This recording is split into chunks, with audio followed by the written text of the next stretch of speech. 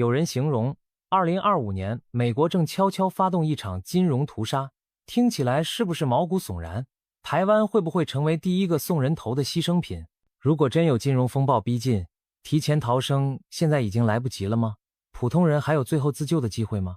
更令人不安的是，有分析认为全球庞大的资金都被困在美国，正等着一场金融危机中被大洗劫。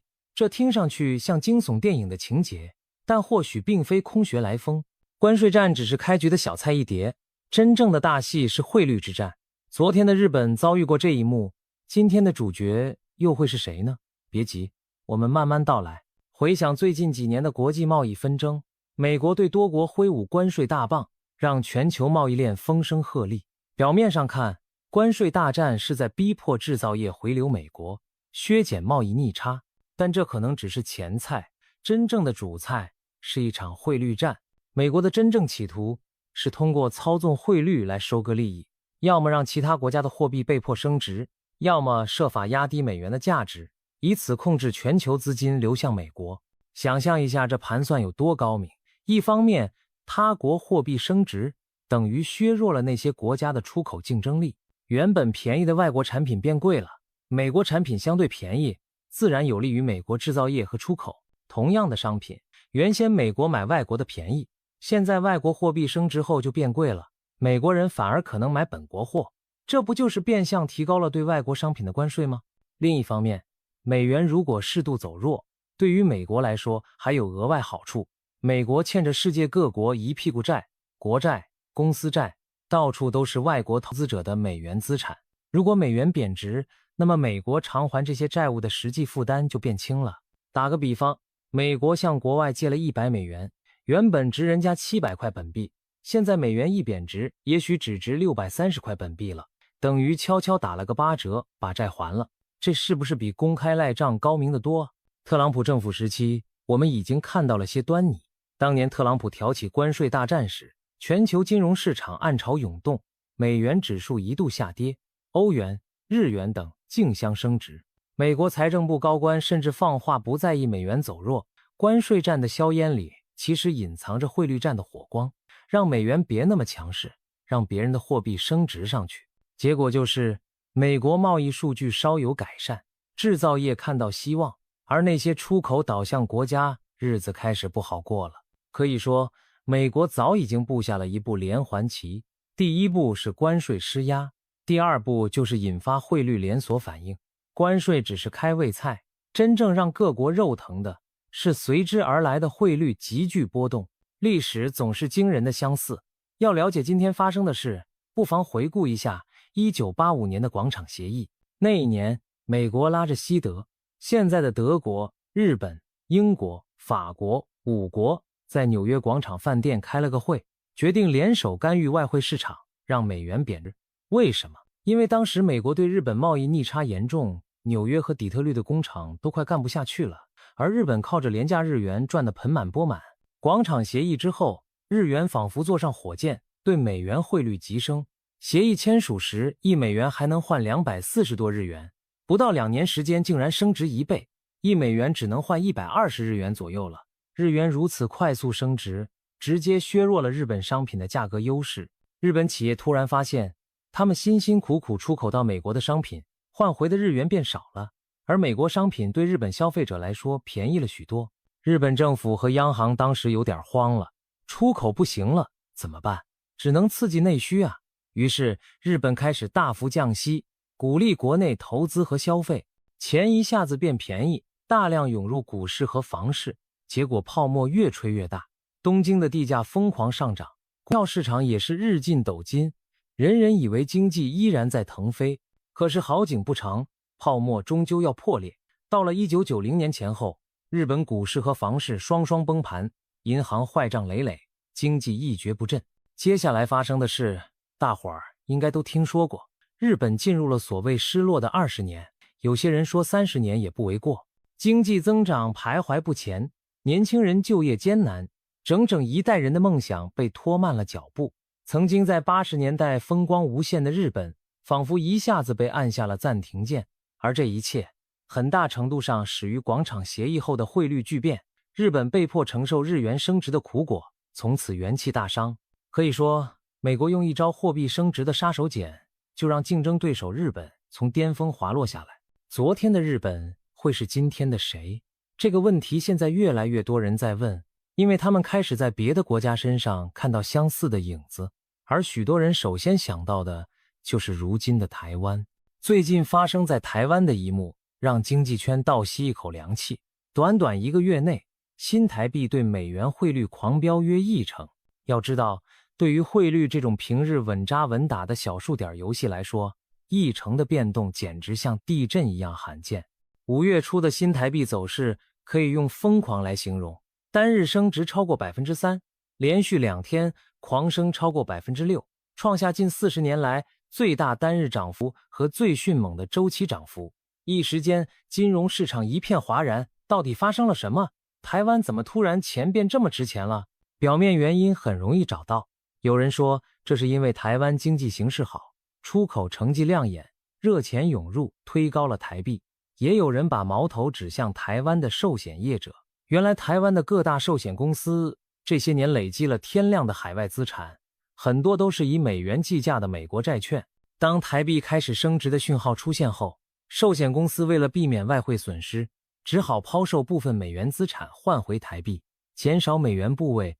这么一来，可不就等于市场上美元抛压增加，台币买盘暴增，汇率自然就被推着往上走了。这个解释听起来有道理，但仔细一想却让人后背发凉，因为它透露出2件事。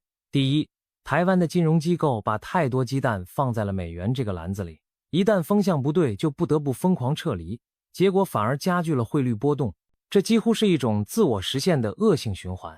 第二，如果没有外部因素触发，新台币怎会短期内波动如此剧烈？寿险业抛售美元资产背后，是谁在推动汇率急升的第一支推手？难道真的只是单纯的市场行为吗？许多分析人士开始怀疑，这背后恐怕有一只看不见的手在刻意引导这场汇率大戏的走向。有趣的是，《金融时报》的报道直言不讳地指出，新台币近期的狂飙，与其说是因为经济前景看好，不如说是有不可说的秘密在作祟。报道分析，台湾央行本来有能力平抑汇率波动，但由于受到美国在贸易谈判和军事保护上的制约，只能进退两难的看着台币一路狂奔。换句话说，台湾方面可能明知道台币升值过快有害，但在某种政治经济压力下没法强力介入。这种说法并非空穴来风，毕竟美国过去就曾要求亚洲盟友配合调升汇率。对台湾而言，美国既是最大的出口市场和靠山，在货币问题上恐怕不能不低头。台湾央行能做的大概也只有采取所谓缓升策略，睁一只眼闭一只眼，让台币温和。但这次其实一点都不温和的升值。那台币如此走强，对台湾经济意味着什么呢？一句话，进退两难，左右为难。如果任由台币升值，台湾以出口为主的产业将首当其冲。想象一下，台积电这样的电子业巨头，每卖出1美元的产品，换回的台币突然少了1成，那对利润的打击有多大？据估计，新台币每升值 1%， 台积电的营业利益率就要下降 0.4个百分点。电子产业还好些，有一定技术含量撑着价格，那些微利的传统代工厂可怎么办？汇率大幅波动下，出口商订单都不敢接，因为谁也不知道到时换汇会不会赔本。长期看，台币太强势，外商可能转投汇率更稳定、成本更低的国家下单，台湾辛苦经营的全球供应链地位就岌岌可危。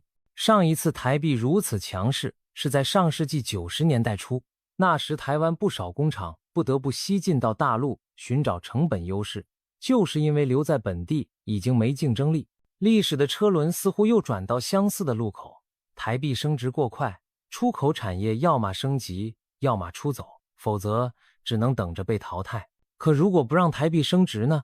那台湾就得想办法压住汇率，不让它涨太快。怎么压？无非是政府或央行出面买美元，卖台币，增加对美元资产的持有，把热钱挡在外头。事实上，台湾过去几十年一直在这么做，才把新台币长期维持在一个对出口产业友善的水位。这也是为什么台湾官方和民间累积了海量的美元资产，从央行的外汇存底、美债持仓到民间保险与投资机构买的美国股票债券，数额都相当惊人。然而，正如我们刚刚看到的，这些美元资产如今成了烫手山芋，美债也好，美股也好，一旦台币升值，这些资产用台币计价就大缩水，账面亏损触目惊心。如果台湾选择继续大量买进美元资产来压低汇率，那等于是把自己更多的财产锁在美国保管。可一旦哪天美国翻脸或金融风暴来袭，这些资产可能瞬间缩水，甚至被冻结。换言之，要么现在承受币值升值带来的出口痛苦，要么未来冒着美国资产贬值的风险。这对台湾来说几乎是个死局。所以台湾现在的处境，用一句老话说就是骑虎难下，任由台币升，出口产业哀鸿遍野，强行压汇率，又怕被美国盯上，还有自己资产受损。难怪有人说台湾可能正在重蹈日本当年的覆辙，被逼着货币升值，短期看似风光，其实暗伤不断，长期可能陷入经济停滞的泥淖。更棘手的是，不光台湾，很多国家现在都发现自己被牵进了同一场汇率战的罗网中。回顾过去几十年，全球资金流动有个明显的趋势，越来越多的钱流向美国。美国有全世界最繁荣的金融市场，最活跃的科技产业，相对安全的投资环境，美元又是国际储备货币，于是各国政府、企业、富豪甚至普通百姓无不想方设法把钱投到美国去。结果就是美国享受了长期的资本净流入，简单说就是全世界把钱存美国，美国人拿这些钱挥霍投资两不误。但是当全世界的钱都躲在美国的资产里时，问题也就酝酿了，这些钱还逃得出来吗？且不说美国本身有没有能力偿还或者兑现，人家就算想把钱撤回本国，都会发现自己被套住了。台湾寿险业抛售美元触发台币狂飙的戏码，其实可以发生在任何一个国家身上。道理很简单，当初你把本国货币换成美元去投资，如今你要撤资，就得把美元换回本国货币。一旦大家都这么做，本国货币会迅速升值，美元相对贬值。结果呢，你辛苦在美国赚的那点收益，可能还不够抵汇率损失，甚至赔本。就拿近期的例子，台湾某寿险公司卖美债，美元换回台币时碰上台币升值，一来一回账面巨亏。换成其他国家也是一样，日本这些年买了一大堆美国国债，美股市场上中东、东亚资金随处可见。要是现在突然都卖掉换回日元、韩元、新元，那他们的本币汇率绝对是嗖嗖往上窜，让出口企业哭都来不及。同时手上的美债美股价格还会暴跌，等于双重损失。更何况越是金融风险升温，大家理论上越想撤资自保的时候，美元反而可能短期成为避险对象，导致别国汇率先跌后涨的大震荡。比如一有风声鹤唳，资金先涌入美元躲避本国风险，本国货币贬值，等到风暴过去或者美国采取措施压低美元时，本币又报复性升值。这种剧烈波动下，绝大多数投资者都是输家，赚的只有那些提前布局、诱导风潮的人。可以说，全球资金正处在一个微妙的美国牢笼里，进也不是，退也不是。多年来，各国资金前赴后继流向美国，如今想全身而退，却发现为时已晚。走得越急，死得越快。不走吧，又害怕留在那里成了别人的猎物。这种感觉就像一群肥羊误闯进了狼的圈养场，门是开着的，但哪只羊敢乱跑，都可能被先扑倒。而门口的狼正舔着嘴唇，耐心地等着时机成熟。这就引出下一个问题，那些埋伏已久的美国资本大鳄会不会趁着这波局势再次大捞一笔？华尔街的资本家们素来有一句名言，在别人恐惧时贪婪。每当金融市场发生危机，总有一批嗅觉敏锐的美国投资者提前布局，在风暴来袭时大举收购廉价资产，完成一次财富大转移。回顾历史，这种抄底戏码已上演多次，而幕后剧本往往脱不了美国资本的影子。1997年的亚洲金融风暴就是经典一例。当年国际炒家们在东南亚兴风作浪，先是大举撤资做空，使得泰铢、印尼盾、韩元等货币汇率崩盘，亚洲股市房市一夜入冬。接着呢，等那些国家经济被搞垮，企业资产大跳楼时，外国资本又乘虚而入，用白菜价买了许多优质资产，印尼的矿产、韩国的财阀企业股份、泰国的银行地产纷纷落入外资之手。可以说，亚洲辛苦积累的财富，有相当一部分在那场风暴中被国际资本势力洗劫走了。而这背后，许多主角来自美国华尔街的对冲基金和投行，他们在这场财务浩劫中盆满钵满。再看更早的日本，广场协议后日元狂飙，虽然日本当时没出现东南亚那种货币崩盘，但经济泡沫破裂带来的结果差不多，资产价格大跌，企业经营困难。上世纪90年代，美日之间掀起了所谓日美结构对话，逼得日本进一步开放金融市场，许多日本企业被迫卖身求存，不少美资、外资企业趁机收购日本的优良资产。曾经不可一世的日本金融机构被美国高盛等投行用白菜价买走大量不良资产实现控制，日本的科技公司、房地产也有不少股份落到了外国人手里，日本人几十年辛苦打拼的成果就这样被金融游戏翻盘，拱手让出了不少。眼下，美国的资本势力似乎又在摩拳擦掌。如果说之前的关税战、汇率战是一套做高对手货币、做低对手资产的连环计，那最终目的无非就是逼对手就范，然后捡便宜货。台湾现在的情形很难不让人怀疑，这是否就是剧本的一部分？台币升值重创经济，台股早已疲弱不振。一旦真的爆发金融危机，台湾的企业和资产价格可能大幅跳水，而谁会是最后的买家呢？极有可能还是那些早就等待在侧的美资财团。毕竟，台湾的半导体、科技产业在全球举足轻重，对资本而言充满诱惑。一场汇率风暴过后，如果台湾企业陷入困境，不排除美国资本大举入股收购的可能性，用远低于平时的价格掌控原本不属于他们的产业和技术。对美国而言，这简直是一箭双雕，既削弱了潜在经济对手，又把对手的家当收为己用。当然，我们不是说所有这些都是某个阴谋家精心策划的结果，毕竟金融市场有其复杂性。但是历史一次次表明，每当大危机发生，总有资本大鳄在厢房偷笑。那些年迈的华尔街富豪可是经历过风浪、见过大场面的，他们熟知游戏规则，甚至影响游戏规则，引导市场情绪和政策走向。等市场真的崩了，他们口袋里的现金就闪亮登场，四处收割廉价筹码。我们完全有理由怀疑，当全球资金被锁在美国，美国又积极布局汇率棋局时，下一步也许就是等待一场大洗劫，清零一场金融危机式的财富重新分配。在这场游戏中，普通人才是最无辜也最脆弱的韭菜。那么，我们普通人该怎么办呢？听了这么多，你可能会问，我们普通人又能做什么？难道只能眼睁睁看着自己的财富被收割吗？虽然个体无法改变大趋势，但还是有一些原则可以帮助我们在风暴中尽可能保全自己。首先，短期内现金为王，在金融风雨欲来之际，保住本金比追求高回报更重要。适当提高手头现金或流动性强的资产比例，虽然会错过一些上涨机会，但也能在市场剧烈波动时有缓冲余地。想想看，如果真有危机来临，股市汇市双杀，手握现金的人不仅损失最小，还有机会在低点捡便宜。当年金融大鳄们之所以能抄底，也是因为人家有大笔现金等着呢。我们虽然资金有限，但在时期谨记现金为王总没错。其次，分散投资，对冲美元风险。前面我们分析了美元和汇率战的问题，如果你所有资产都绑在美元和美国市场上，一旦美元贬值或美股崩盘，损失会相当惨重。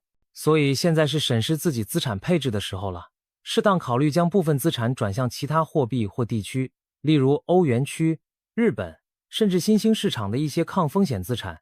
同时可以关注黄金这类避险工具。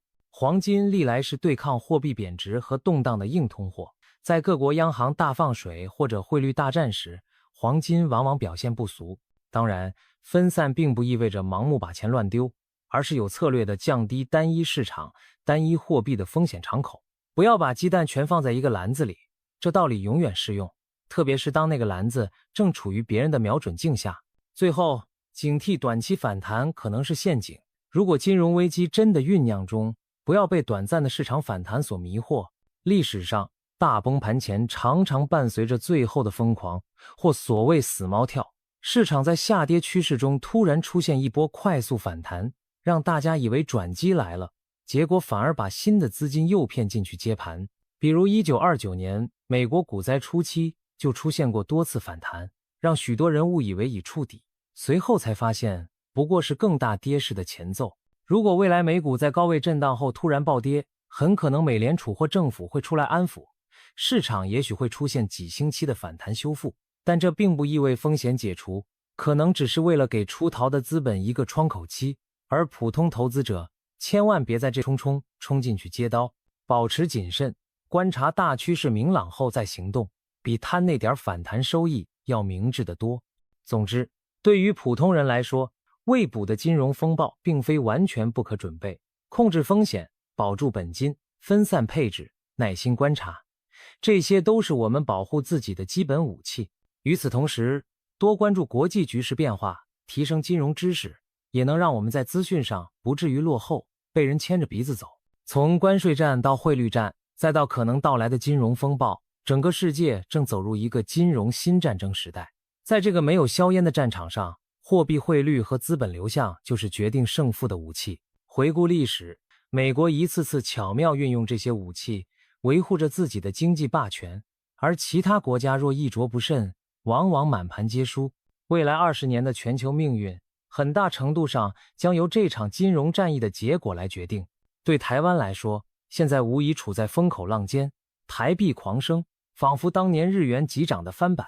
台湾会重演日本的剧本吗？这是所有人都紧盯的问题。如果处理不好，台湾经济可能陷入长期低迷，成为下一个失落的30年的主角。但如果台湾能及早调整策略，降低对单一市场和货币的依赖，也未必没有转圜余地。历史并非简单复制，人为的抉择同样重要。放眼全球，各国都在这场新型战争中寻找自己的定位，有的开始减少对美元的依赖，试图另辟蹊径，有的被迫跟随美国的游戏规则，小心翼翼避免成为下一个目标。可以预见，未来的20年将是金融角力的20年。谁能在汇率风暴中站稳脚跟，谁能在资本流动的暗潮下保全实力，谁就能在新格局中脱颖而出。对你我普通人而言，宏观经济的波涛虽然难以掌控，但了解其走向，未雨绸缪，总胜过浑然不知中成为牺牲品。2025年的这场美国金融屠杀传闻，究竟是否会演变成真刀真枪的全球金融浩劫，我们无法确知。但正所谓居安思危，看到日本和亚洲金融风暴的前车之鉴，再看当前台湾的处境，我们绝不能掉以轻心。也许多年后回头看，现在的我们正置身于一场新的金融历史转折点，风暴将至与否，让我们拭目以待。但愿各国能汲取教训，寻求合作共赢之道，而不是陷入你死我活的零和博弈。然而现实往往酷，汇率与资本的战争已然开打，我们能做的就是提高警觉，见招拆招，努力在这场没有硝烟的战争中站稳脚跟。昨天的日本，今天的台湾，未来的谁都好，希望悲剧不再重演，但也要做好最坏的准备。时间将给出答案，而历史正在我们眼前书写。让我们保持清醒，迎接挑战，